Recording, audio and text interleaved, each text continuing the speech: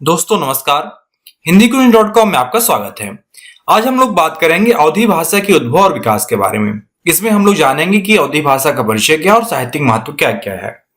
तो आइए हम लोग बात करते हैं अवधी भाषा के बारे में।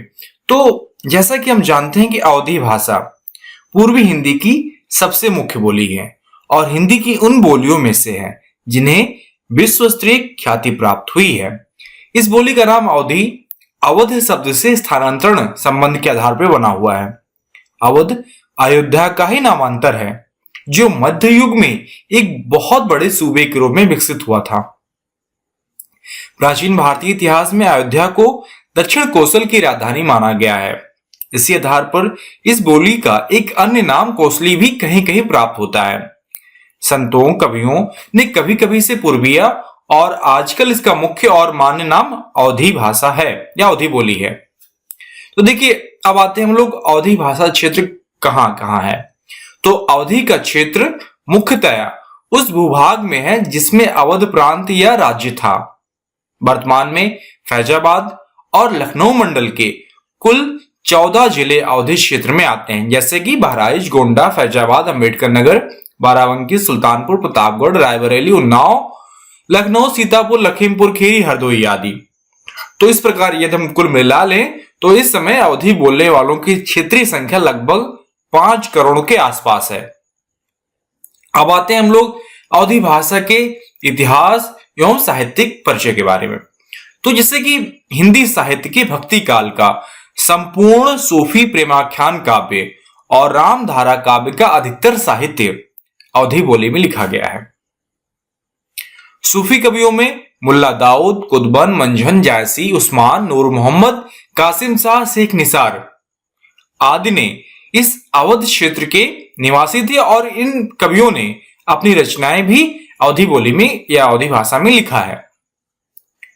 तो राम काव्यधारा में गोस्वामी तुलसीदास जी ने इस बोली की रामचरितमानस के माध्यम से विश्व कीर्ति प्रदान की और अन्य राम भक्त कवि जो तुलसी के राम भक्ति मार्ग के थे अथवा रसिक धारा के थे, अवधी का माध्यम ही अपनाते रहे अपने साहित्य में।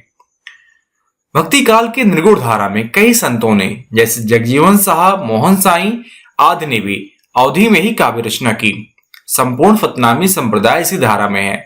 आधुनिक काल के कवियों में एक लंबी परंपरा अवधी से जुड़ी है, जैसे रमई काका, बंशीधर शुक्ल, बलभद्र प्रसाद दीक्षित पढ़ीस, पंडित द्वारका प्रसाद मिश्र, गुरु प्रसाद मृगेश, विश्वनाथ पाठक और त्रिलोचन शास्त्री आदि अवधी भाषा में लिखते रहे हैं।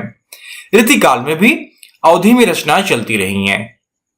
इस तरह भक्ति काल से लेके आधुनिक काल तक अवधी बोली का साहित्यिक महत्व सर्वविदित है। अवधी लोक साहित्य की एक समृद्ध परंपरा है। अवधी लोक साहित्य पर कई शोध हुए हैं। प्राचीन काल में अवधी साहित्य केवल पद्य के रूप में फला फूला, लेकिन आज अवधी लोक गायकी भी प्राचीन काल से चली आ रही है। अवधी कलाकारों में बिरहा, नौटंकी, नाच, अहिरवा, कहरवा, चमरवा, कजरी आदि नाट्य विधाओं को आविष्कारक माना जाता है और इनमें लोक गायक अपनी महारत हासिल है इसमें। तो इस प्रकार हम देखते हैं कि अवधी भाषा का साहित्यिक महत्व बहुत ही विशाल है, क्योंकि इसमें रामचरितमानस लिखा गया है और सूफी प्रेमाख्यान काव्य जिसमें मलिक मोहम्मद जायसी का पद्मावत है और रामचरितमानस तुलसीदास जी का है। ये दोनों काव्य हिंदी साहित्य की प्रमुख धरोहर माने जाते हैं। और अवधी भाषा क्षेत्र के बारे में हम लोगों ने जाना कि कहां कहां ये बोली जाती है और इसकी कुल क्षेत्रीय संख्या लगभग 5 करोड़ के आसपास है। और अवधी भाषा जो कि पूर्वी हिंदी की सबसे प्रमुख बोली है। तो आशा करता हूं कि इस वीडियो के माध्यम से आप सभी लोग अवधी भाषा का परिचय जान पाएंगे और उसके साहित्यिक महत्व से भी परिचित हुए होंगे। आपको यह वीडियो पसंद आया होगा तो आप अवधी भाषा या हिंदी साहित्य से संबंधित यदि आपको अधिक अध्ययन सामग्री चाहिए तो आप हिंदीक्विज.com को विजिट करें। वहां पे आपकी परीक्षा से संबंधित ढेरों सारी अध्ययन सामग्री दी हुई है, जिससे आप पढ़कर अपनी परीक्षा में अधिक से अधिक अंक उठा सकते हैं। धन्यवाद। दोस्तों, हिंदी क्विज चैनल को सब्सक्राइब करें और बेल आइकन को प्रेस करें।